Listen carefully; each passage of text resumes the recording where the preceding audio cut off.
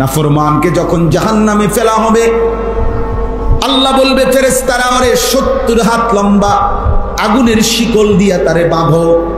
এবার 70 হাত লম্বা শিকল দিয়া বাইদা কুত্তার মতো পুরা জাহান্নামে ঘুরাও। ফাসলুকুহু ওয়াতদা, পরে জানোয়ারের মতো ঘুরাও, পরে পুরা জাহান্নামীদেরকে দেখাও। জাহান্নামীরা দেখো এই নাফরমান সুদখোর, এই নাফরমান ঘুষখোর, এই নাফরমান জিনাখোর, এই নাফরমান সারা রাত উলঙ্গ ছবি দেখতো, এই জানোয়ার ভিন নারীর সাথে বেহায়াপনা করত। দেখো এ মিথ্যা বলতো, এ চুরি করত, এ ডাকাতি করত। দেখো ফাসলুকু, পরে ঘুরাও।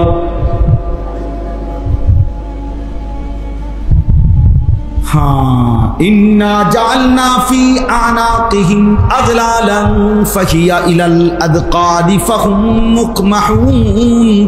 কোথায় এটা? কোন সূরা? সূরা ইয়াসিনে না, শুরু দিয়ে না, ইন্না জাআলনা ফি আনাকিহিম আগলালান ফাহিয়া ইলাল আদকাদি ফাহুম মুকমাহুন।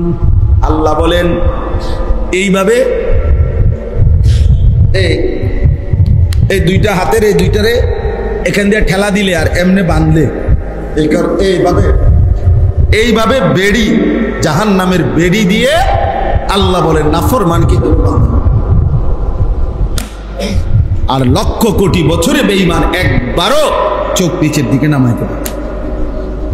আর এটা নিচের দিকে আনবো কেমন, বুঝেন নাই? এটা তো এমনি বাঁধা।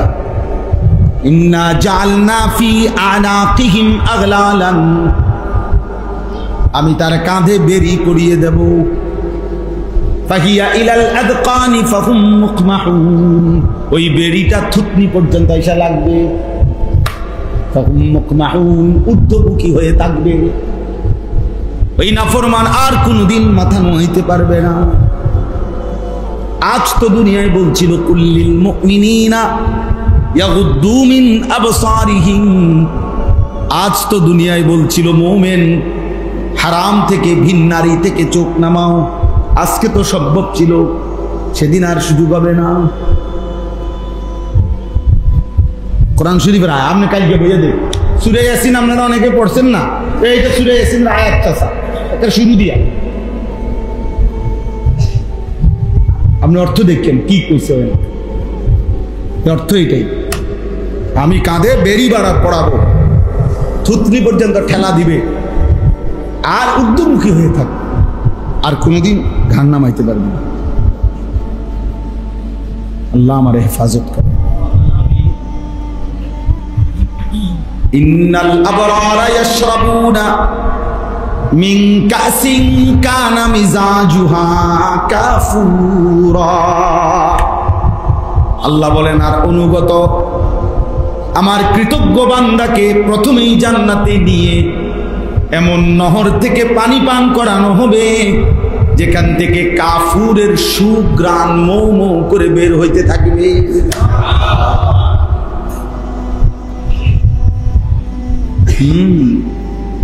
আইনান ইয়াশরাবু বিহাল মুকাররাবুন ওয়া ইউফাজ্জিরুনাহা তাফজীরা।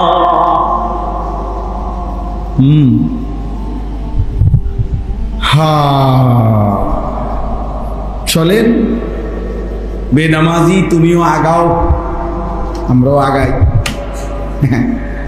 চলো, ভাত খাইয়েই তো আগাইতে আসো, আমরাও ভাত খাইয়ে আগাই, কোনো জিরা খাই। বেকুব, তুই কোনো ভাতের লগে খুব বেশি তরকারি খাস না, নাফরমান। এই যে ছেলেবেলে যেগুলা নামাজ পড়ো না, অসভ্য, এই জানোয়ার, তুই বেটা কোনো অতিরিক্ত কিছু ভোগ করস না, হাইওয়ান। আল্লাহকে সেজদা দাও না কেন? মানুষ না জানোয়ার বেটা, তুই মানুষ না কুত্তা বেটা, তুই সেজদা দিবি না কেন? হাইওয়ান। মুসলমানের ঘরে জন্ম না অনেক, তোর মা মুসলমান না, তোর বাপ মুসলমান না, তোর 12 বছর মুসলমানের পরিবারে বড় হয় না, তো আল্লাহকে ভুললি কেন? আল্লাহকে ভুললি কেন? যা, কোন শয়তান তোকে আল্লাহ ভুলাই দিল? হাইওয়ান, মাকে চিনো, খালারে চিনো, সাসারে চিনো, জ্যাঠারে চিনো, মামাকে চিনো, ফুফাকে চিনো, শালারে চিনো, দুলাবাইরে চিনো, রাত চিনো, দিন চিনো, বেড়া চিনো, বেড়ি চিনো, আল্লাহ চিনো না কেন? হ্যাঁ, আল্লাহ চিনো না কেন? এই বেনামাজি, বলো, দাঁড়া বেটা, বেনামাজি গুলা দাঁড়া। আপনি তো বাইরে বেটা, বের হয়ে যা মালিকের ঘর থেকে নাফরমান। কোন লজ্জায় আল্লাহর ঘরে ঢুকলি? সারাদিন এক ওয়াক্ত নামাজ পড়ো নাই যারা, কারণটা কি ছিল? হাইওয়ান, কেন নামাজ পড়লা না? কেন সাজদা দিলা না? তুই মানুষের বাচ্চা না? রাস্তার কুত্তা না সেজদা দেয় না? ইমানদার কেমনে সেজদা ছাড়া?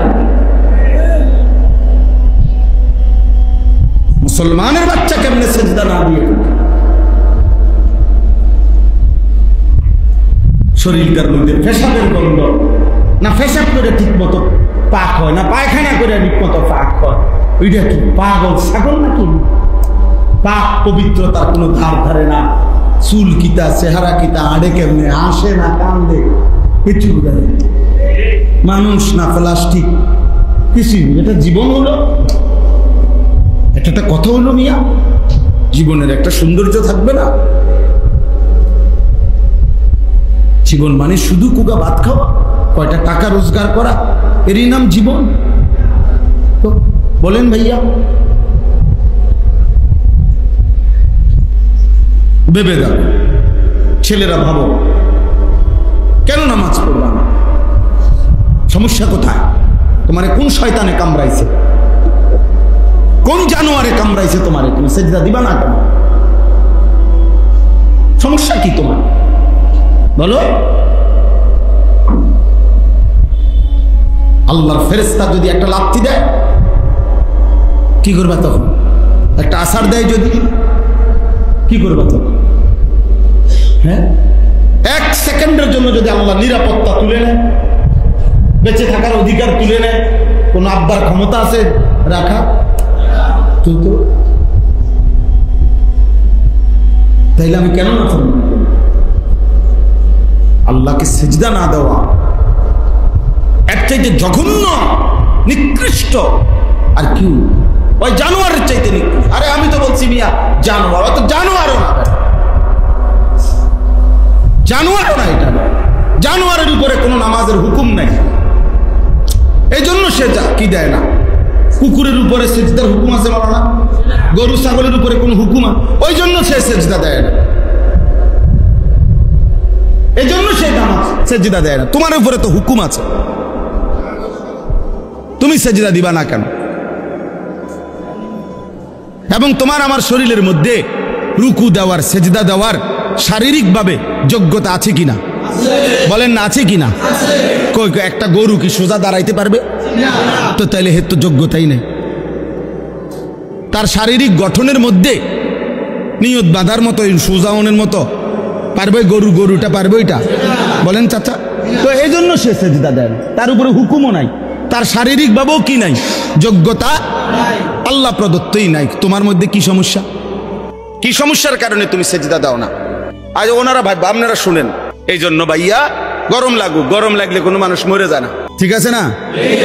গরম লাগলে এই প্রতি ফোঁটা ঘাম আল্লাহর জন্য, আল্লাহর জন্য না। এখন আল্লাহর কথা শুনতে গিয়েই তো ঘাম ঝরতেছে। ইনশাআল্লাহ প্রতি ফোঁটায় গুনাহ মাফ হবে, প্রতি ফোঁটায় গুনাহ মাফ, প্রতি নিঃশ্বাসে নিঃশ্বাসে গুনাহ মাফ হবে ইনশাআল্লাহ। কারণ আমার আল্লাহর জন্য আমি ঘাম ঝরাইতেছি, আল্লাহর জন্য। এই জন্য বললাম, আমি আল্লাহকে আমরা ভুলে গেলাম কেন? রাসূলুল্লাহ সাল্লাল্লাহু আলাইহি ওয়াসাল্লাম তিনি আমার প্রিয় হবে না কেন? আমি যে আয়াত পড়ছি প্রিয় ভাই, এই আয়াতের মূল বক্তব্য এটা।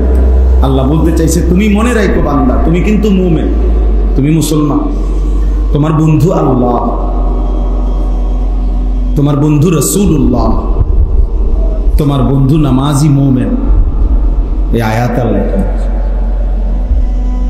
এই কথা বলার জন্য এত শক্ত কথা বল। আমি ইমানদার, আমি মুসলমান। আমরা এখানে সবাই মুসলমান না? বলেন না? ছেলেরা বলো না ভাই? তাইলে আমি শুরুতে এই জন্য বলছি, আমরা আলহামদুলিল্লাহ এতটুকু যে আমরা তো কেউ ইসলামের পরিচয় দিয়ে আমাদের অতৃপ্তি নাই তো, মানে আমরা লজ্জিত যে আমি যে মুসলমান এই কারণে। বলো একটা ছেলে বলো ভাই, তাইলে বাবা বলো, তাহলে কি কারণ থাকতে পারে? যদি তোমার মুসলমানের পরিচয় তুমি লজ্জিতই হও তো ছেড়ে দাও, না না ছেড়েই দাও। তাইলে তুমি অন্য ধর্মে চলে যাও, নিজেকে মুক্ত ঘোষণা করো। আমি এরকম ছাত্র দেখছি,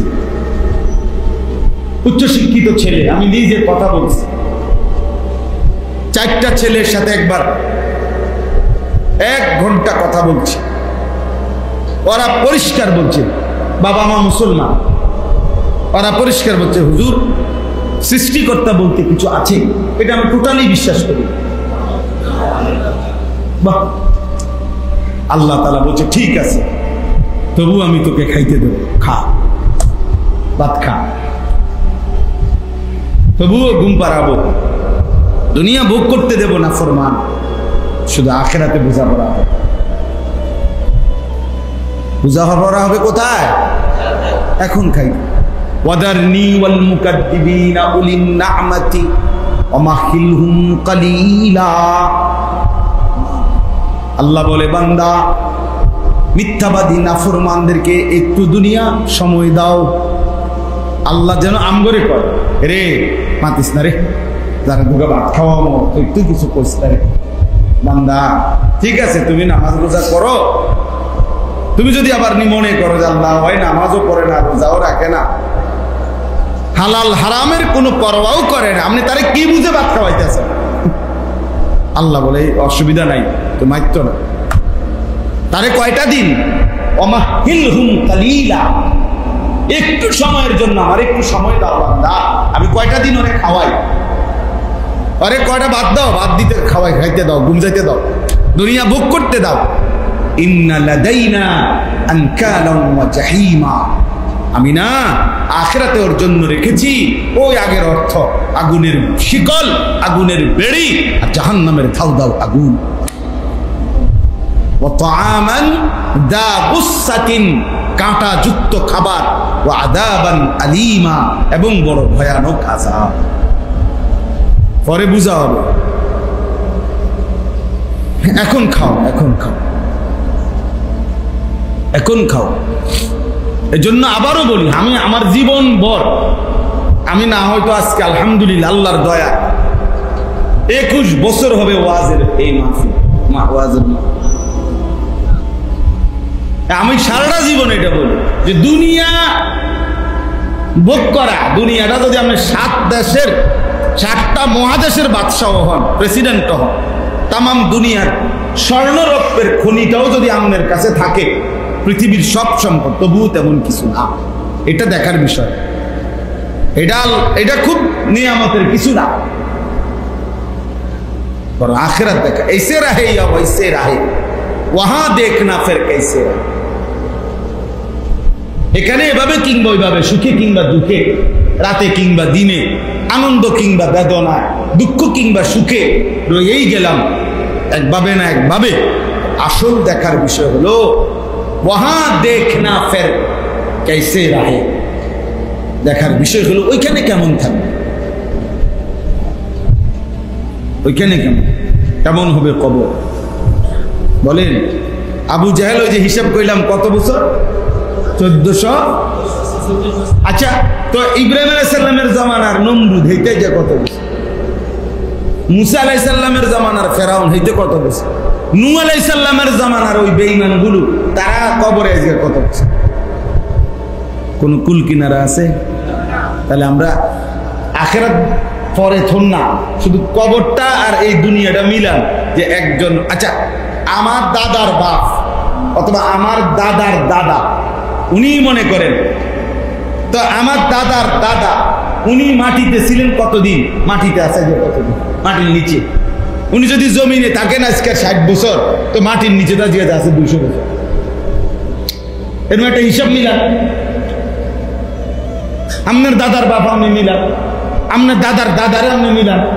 উনি জমিনে ছিল কতদিন, কবরে আছে আজকে কতদিন? সমান সমান না বেশি? কবরে অনেক বেশি, অনেক বেশি, অনেক। এই কথাটা বুঝতে শিখেন যে মাটির উপরে আমি অল্প কয়েক, শুধু কবরেই থাকতে হবে আমাকে, তার চাইতে শতগুণ বেশি তো হাসরের মাঠ। ওই সময় বলতেছিলাম, এই যে কথার থেকে ছুটে গেছিলাম, ওলামায়ে কেরাম মুহাদ্দিসিনে কেরাম বলে 2 ফুঁর মাঝখানে, অর্থাৎ প্রথম ফুঁ দিলে সব মাটির নিচে যাবে, দ্বিতীয় ফুঁ দিলে হাসরের ময়দানে উঠবে। তাহলে এই শেষ যারা মারা যাবে, শেষ যেই মানুষগুলো ফুঁ দিলে ইসরাফিল, তো মুহাদ্দিসিনে কেরাম বলে পরবর্তী ফুঁর আগে শুধু কবরেও হতে পারে, কোনো কোনো বর্ণনা হলো 40,000 বছর কবরেই থাকতে হবে।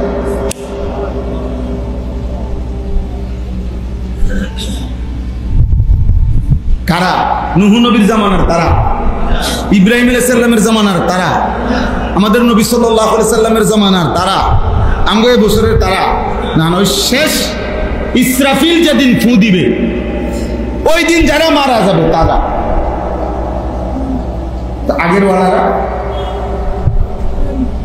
আগের ওয়ালারা কতদিন ধরে কবরে আছে, এটার লগে যোগ হবে না? আল্লাহ আমাদেরকে বুঝ দান। এই জন্য দোস্ত, এই আয়াতের বক্তব্য এটাই। আল্লাহ বলছে, মোমেন মুসলমান, তোমার বন্ধুকে, তোমার আপনকে, তোমার জীবন, তোমার সাজগোজ, তোমার চলাফেরা, তোমার ভালোবাসা, তোমার প্রস্তুতি, তোমার আন্তরিকতা, তোমার অনুসরণ, তোমার অনুকরণ, তোমার প্রিয়জন, তোমার কলিজায় যার অবস্থান, সে কে? ইন্নামা ওয়ালিয়ুকুম, আল্লাহ বলেন, হে ইমানদারগণ, নিশ্চয়ই তোমাদের বন্ধু 1 নম্বরে কে? আল্লাহ। মুমিনের প্রথম বন্ধু কে? আবার বলেন, আবার বলেন, মুমিনের প্রথম বন্ধু আল্লাহ। ইন্নামা ওয়ালিয়ুকুমুল্লাহ ওয়াল্লাযীনা আমানু আশাদ্দু হুব্বান লিল্লাহ। আল্লাহ বলে, যারা মুমিন তাদের সবচাইতে বেশি ভালোবাসা আল্লাহর জন্য। আল্লাহ বলেন, কুল ইন কানা আবাউকুম ওয়া ইখওয়ানুকুম ওয়া আজওয়াজুকুম ওয়া আশীরাতুকুম ওয়া আমওয়ালুন ইখতারাফতুমুহা ওয়া তিজারাতুন তাখশাউনা কাসাদাহা ওয়া মাসাকিনু তারদাউনাহা। তোমাদের পিতা, তোমাদের স্ত্রী, তোমাদের সন্তান, তোমাদের ভাই বোন, তোমাদের আত্মীয় স্বজন, তোমাদের জমানো সম্পদ, তোমাদের ব্যবসার মালামাল, তোমাদের ঘর, তোমাদের আসবাবপত্র, সবকিছুর চাইতে আহাব্বা ইলাইকুম মিনাল্লাহ ওয়া রাসূলি।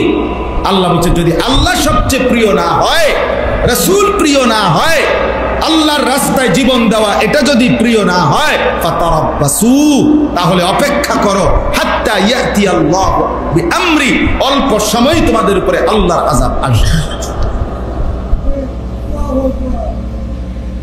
যেন আল্লাহ বলছে, একের ভাইয়া ভাইয়া বলছে সূরা তাওবা, তোমার মাল, তোমার ব্যবসা, তোমার ঘর, তোমার স্ত্রী, তোমার সন্তান, তোমার মা বাপ, তোমার আত্মীয় স্বজন, সবকিছুর চাইতে মুমিনের প্রথম সবচেয়ে বেশি প্রিয় হবে কে?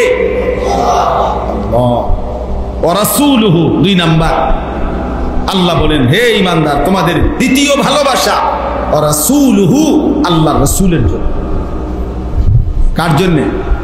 রাসূলুল্লাহ সাল্লাল্লাহু আলাইহি ওয়াসাল্লাম, তার জন্য আমাদের দ্বিতীয় 1 নম্বর ভালোবাসা আল্লাহর জন্য, দ্বিতীয় ভালোবাসা রাসূলুল্লাহ সাল্লাল্লাহু আলাইহি ওয়াসাল্লামের জন্য, তৃতীয় ভালোবাসা ওয়াল্লাযীনা আমানুল্লাযীনা ইউকিমুনাস সালাহ, ওই সমস্ত ইমানদার যারা 5 ওয়াক্ত নামাজ আদায় করে। খোদার কসম, এটা কোরআনের আয়াত। আল্লাহ বলছে বেনামাজি বেহায়া এই অপদার্থ মুসলিম পরিচয় দেওয়ার পরেও বেনামাজি কোনো মুমিনের বন্ধু হইতে পারে, কাফের তো দূরে।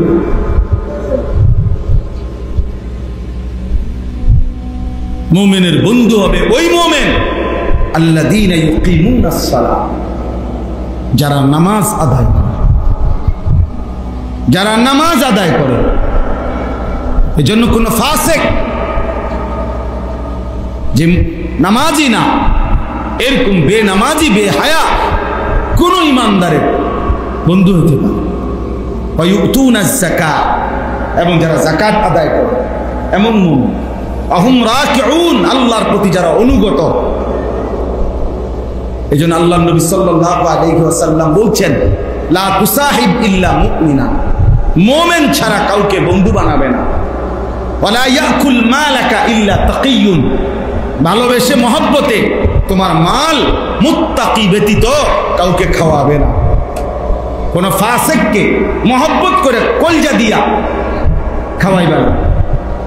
এলাকার সাফে, ক্ষমতার সাফে, ভয়ে আতঙ্কে, অথবা স্বাভাবিক সামাজিক সৌজন্যতা রক্ষার্থে এটা যদি কখনো কিছু খাওয়াইতে হয় নিরুপায়, তো ঠিক আছে চললাম, কিন্তু কলজার যে ভালোবাসা, অন্তর দিয়ে ভালোবাসার খাবার, মেহমানদারি, এটা ইমানদার ছাড়া, মুত্তাকি ছাড়া অন্য কেউ খাওয়াই।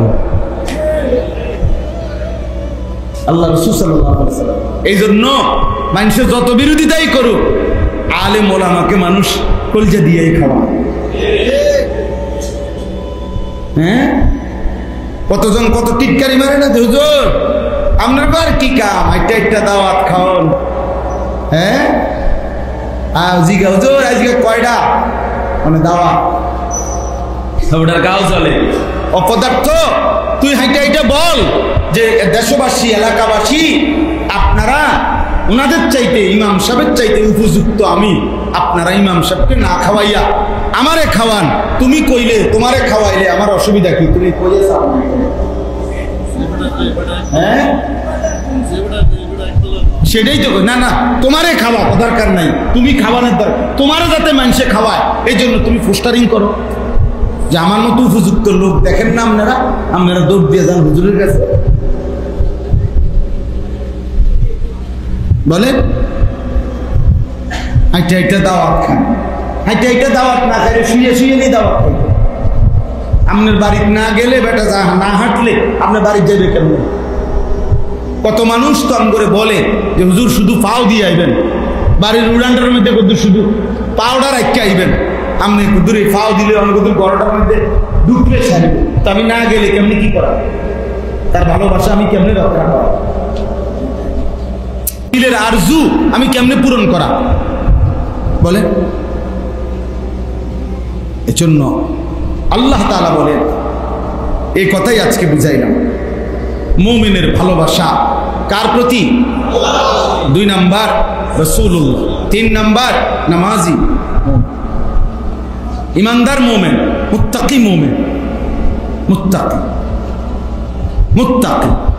ওয়া মান ইয়াতাওয়াল্লাল্লাহ, এবার দ্বিতীয় আয়াতে আল্লাহ বলেন, শোনো আবারও বলছি, আল্লাহ বলেন বান্দা আমি আবারও বলছি, যারাই আল্লাহকে বন্ধু বানাবে, ওয়া রাসূলাহু, তার রাসূলকে বন্ধু বানাবে, ওয়াল্লাযীনা আমানু, ওই উপরোক্ত গুণে গুণান্বিত ইমানদারকে যারা বন্ধু বানাবে তারাই আল্লাহর দল।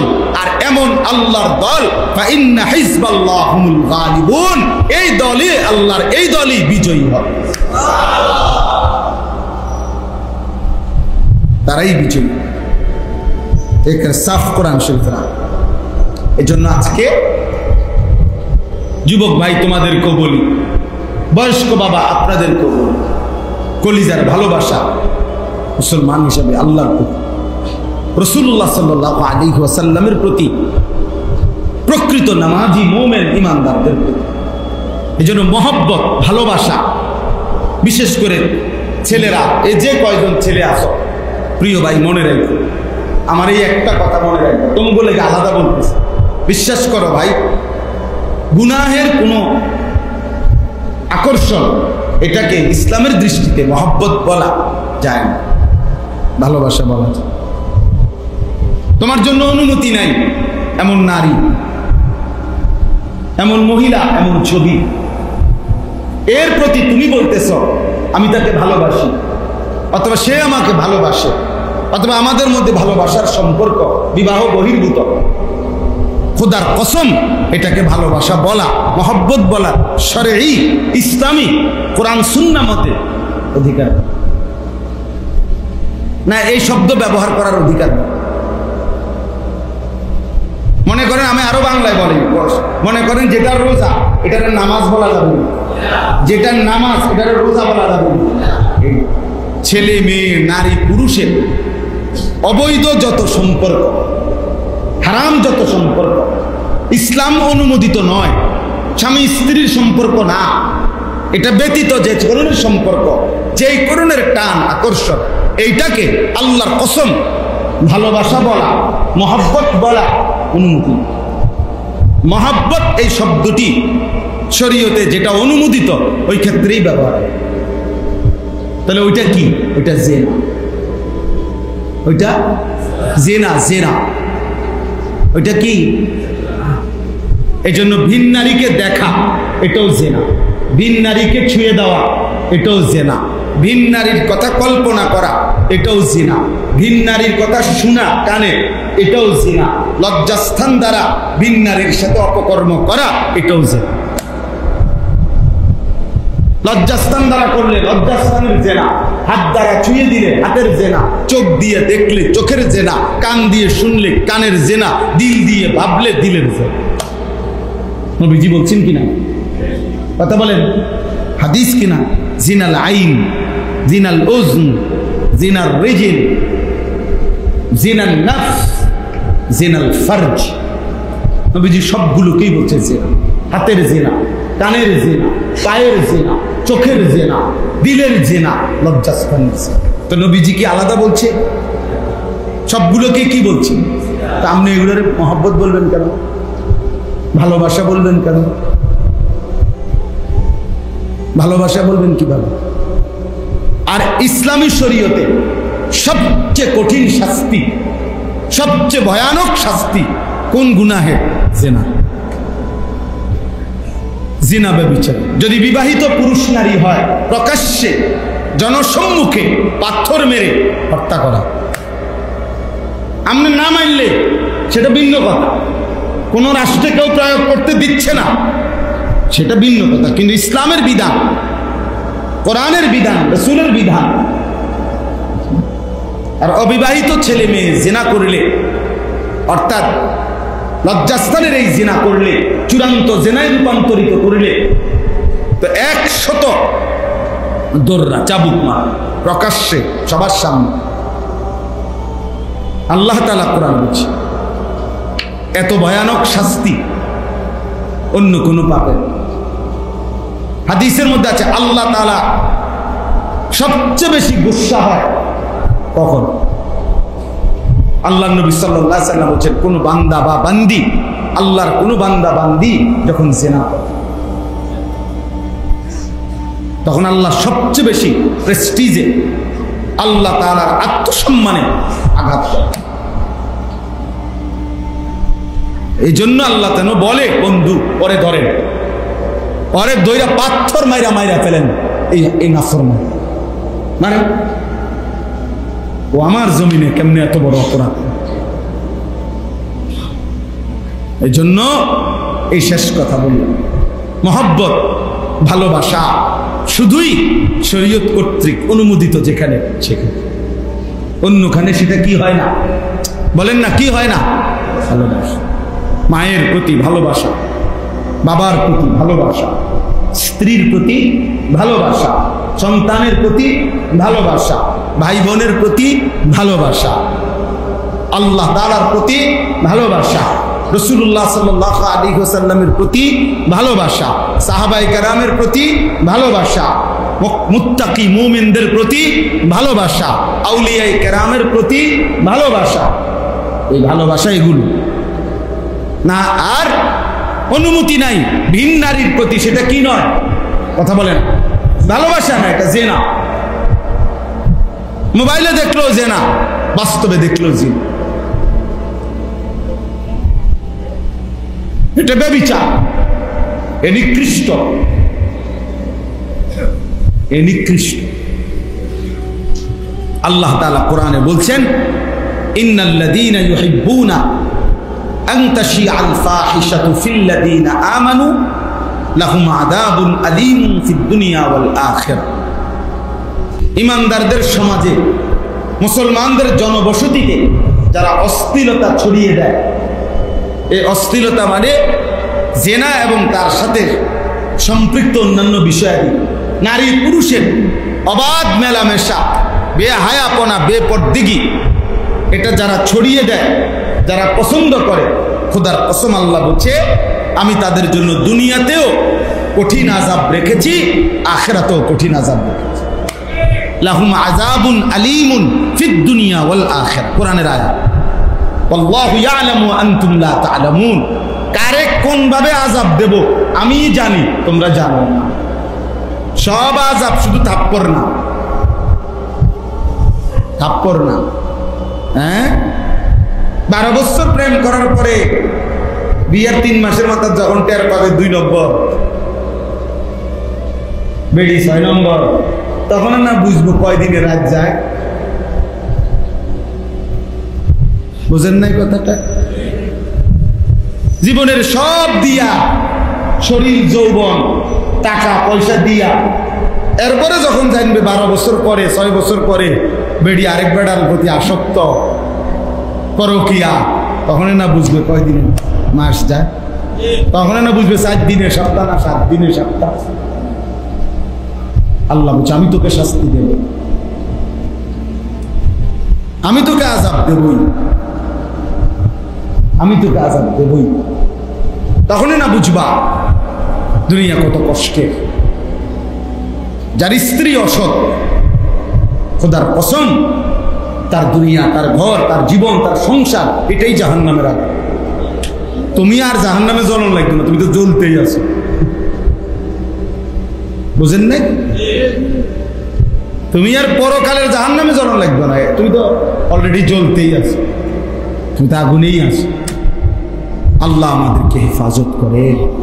এই জন্য একটা ছিল যদি বুঝো, প্রিয় ভাই, আল্লাহকে ভালোবাসো, রাসূলুল্লাহ সাল্লাল্লাহু আলাইহি ওয়াসাল্লামকে ভালোবাসো, মুমিনকে ভালোবাসো, আর শাহওয়াতের যে প্রয়োজন, লজ্জাস্থানের যে চাহিদা, এটা যিনি দিয়েছেন তিনি বৈধভাবে পূরণেরও ব্যবস্থা রাখছেন, সেজন্য অপেক্ষা করো।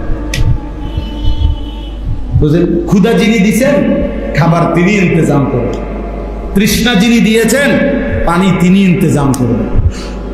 আমি খোলামেলা বললাম, লজ্জাস্থানের চাহিদাও যিনি দিয়েছেন তিনি হালাল স্ত্রী তিনি ইন্তজাম করবেন। অপেক্ষা করো, অপেক্ষা করো। মানুষ তো সারাদিন খায় না, মানুষ তো সারাদিন ঘুমায় না, মানুষ তো সারাদিন পানি পান করে। প্রত্যেক প্রয়োজন পূরণের জন্যই তো একটা সময় অপেক্ষা করতে হয়। তো এই প্রয়োজনটুকুর জন্য অপেক্ষা করো, মিলেই যাব। আল্লাহ তাআলা আমাদেরকে বুঝ দান করে। বাপ চাচা মুরব্বীর সামনে এত বেশি আর কেন, শুধু যে আমার ব্যক্তিগত মিশন, কিশোর যুবক নওজোয়ানদের জন্য আলাদা ফিকির বেশি বলি, এই জন্য এর দূরে আগ বাইরে কইলাম না, তাহলে এটুকু বলতাম। আল্লাহ তাআলা আমাদের সবাইকে ঈমান আমলের জীবন দান করেন, আল্লাহ এবং তার রাসূল এবং ঈমানদারদের ভালোবাসা দান করেন, আখিরাতের জন্য প্রস্তুতি নেওয়ার তৌফিক দান করেন।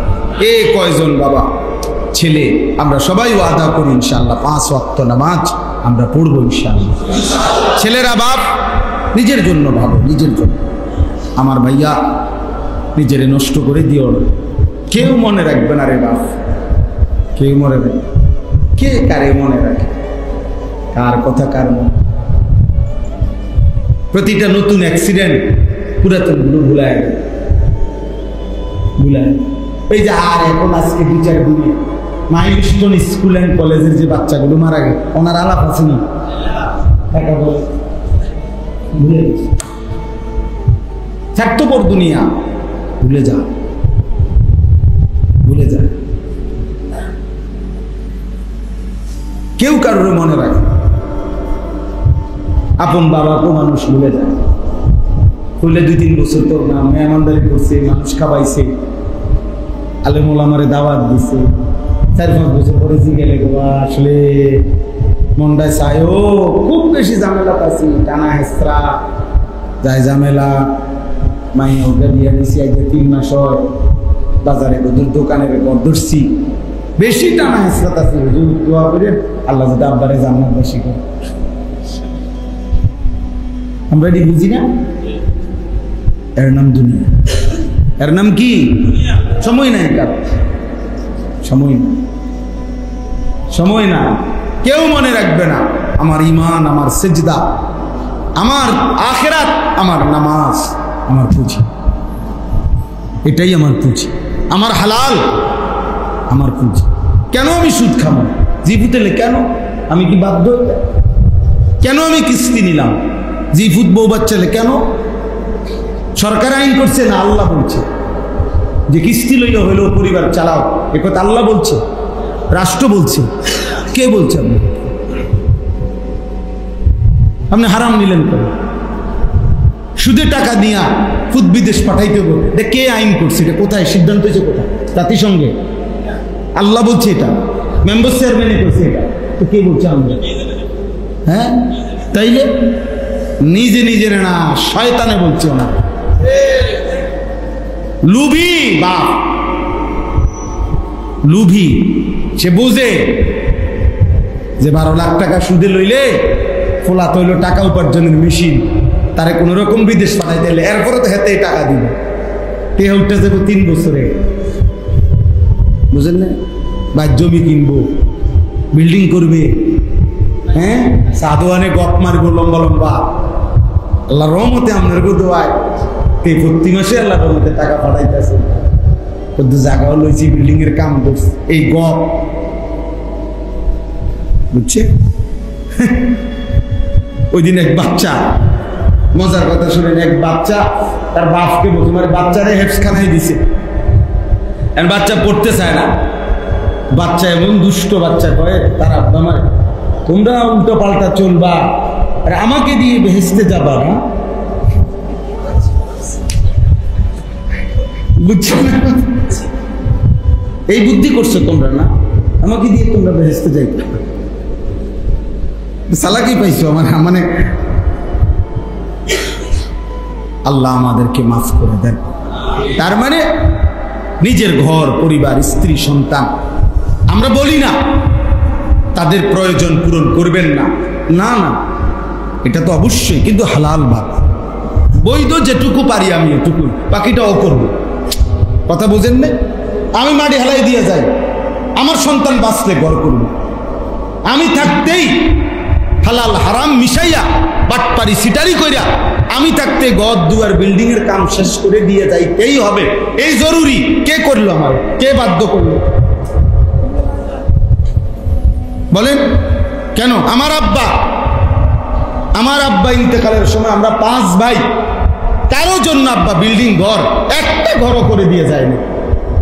2015 সালে আব্বা ইন্তেকাল করছে, এখন 2025 সাল, 10 বছর।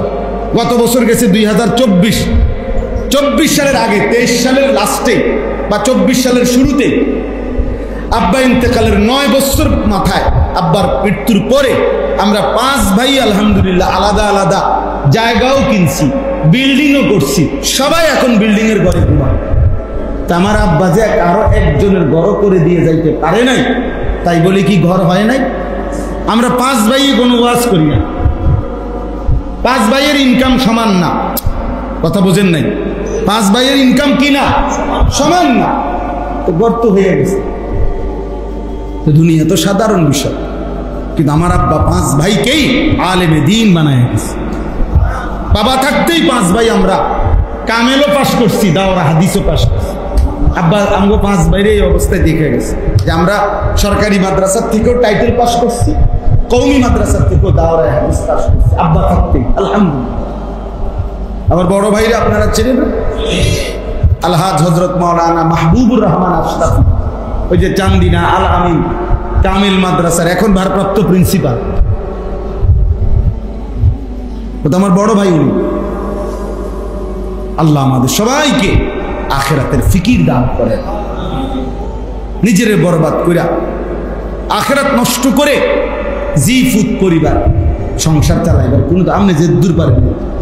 ওরা রাগ করলে রাগ করবে, ওরা রাগ করলে ওদের প্রয়োজন পূরণ না হলে না হবে। আপনি মাথার ঘাম পায়ে ফেলবেন আর হেঁটে সারা রাত মোবাইলে উলঙ্গ ছবি দেখবো, হ্যাঁ এটা কামাই মিয়া। আপনার ঘাম বাইয়া বাইয়া পড়ে একটা টাকার জন্য, আর জানুয়ারে এক ওয়াক্ত ফজর নামাজ পড়ে না, এরকম হাইওয়ানের জন্য রোজগার করেন মিয়া। ওর বললোকে আগে বুঝাপড়া করেন, বেটা কার জন্য কামাই বেটা, তুই কিসের, তুই যে একটা সেজদাই দাস না, তুই আমার আল্লাহর দুশ্মন, তো তুই আমার বুঝি বন্ধু? বুঝেন নাই কথাটা? যে আমার আল্লাহর দুশ্মন সে আমার বন্ধু হবে কেন? ভাই আমার খবর রাখবে কেমনে যে তার মালিকের খবর রাখে না? আপনি মরলেন আপনি দেখবেন আপনার খবর কি?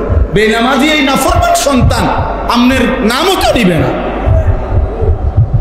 আপনার কবরস্থানও তো যাবে, হয়তো জানে না কবরস্থানে গিয়ে কি করতে হয়, হয়তো তাব্বাতিয়া দেওয়া পারে না, কুল হুয়াল্লাহও পারে না, হয়তো আলহামদুলিল্লাহও পারে না, সে তো দুরূদ শরীফও পারে না। হে আপনার কবরে যায় কিনব আলগা হুজুর দিয়া দোয়া, আরে কাবা শরীফের হুজুর এসে যদি আপনার জন্য বাপের জন্য দোয়া করে, আপনার ব্যথা আর কাবা শরীফের ইমাম সাহেবের ব্যথা সমান হবে না? মিয়া কথা বলেন না কেন?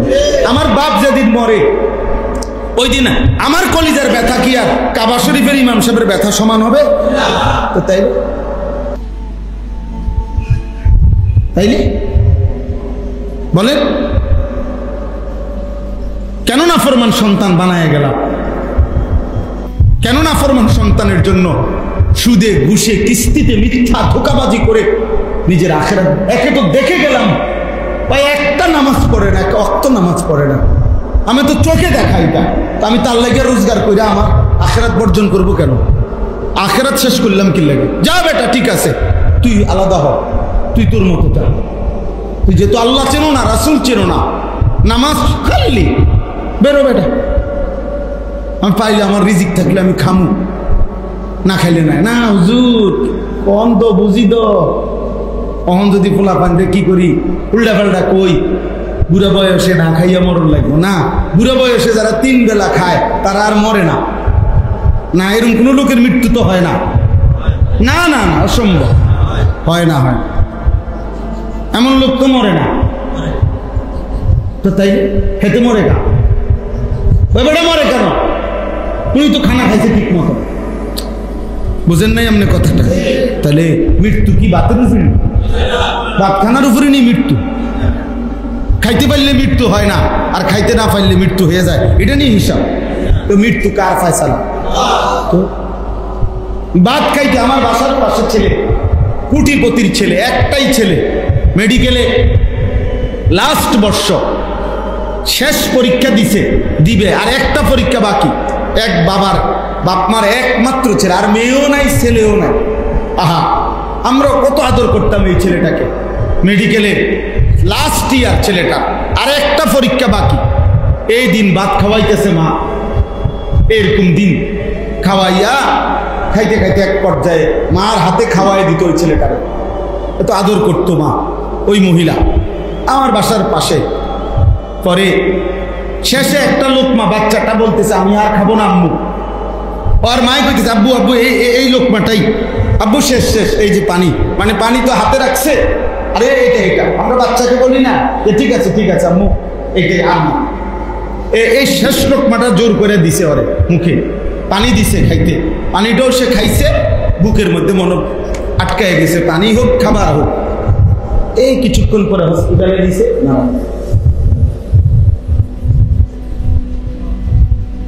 কি আমি তো দেখছি কত আদর করতাম ওরে আমরা। ওই মা পাগল হয়ে গেছে মনে হয়, যান ওই বাবা পাগল হয়ে গেছে মনে। উনিও পরে এই 4 তলা বিল্ডিং এটা পুরা বিল্ডিং সহ বিক্রি করে এই এলাকার থেকে মানে মনের কষ্টে চলে গেছে, ওই যে গেছে আর কইতারি না। কুমিল্লা শহরে আল্লাহ আমাদেরকে হেফাজত করে, বুঝতে শিখেন। আমার অস্থিরতা হলো এই কথাটা বুঝানো যে বাপ, আপনারা যারা উপার্জন করেন আপনারা আপনাদের আখিরাত নষ্ট করেন। সুদে টাকা নিয়েন, কিস্তিতে টাকা নিয়েন, অভাব থাকুক, অভাব থাকুক। এই পৃথিবীর সবচেয়ে ধনী ব্যক্তির কোনো অভাব আছে কিনা? তো আপনারও অভাব আছে। খালি আপনি হারাম খাইয়েন, আখিরাত বরবাদ। বিড়ি সিগারেট খাইয়েন, চা দোকানে আড্ডা দিয়েন, নাচ গান টেলিভিশন দেখেন, ঘরের ওই টেলিভিশন চালাইতে দিয়েন। আপনি বলেন পরিষ্কার এটা গুনাহ, এটা হারাম। নাচ গান নাটক সিনেমা হারাম বলেন, ভেঙে ফেলেন ওই টেলিভিশন, কোটি টাকার ক্ষতি হবে। এত বড় গুনার উপরে বিবি বাচ্চারে রাইখা যায়, নিজেও বরবাদ হবেন, তারাও বরবাদ হবে। ভেঙে ফেলেন ওই টেলিভিশন, সরাই ফেলেন।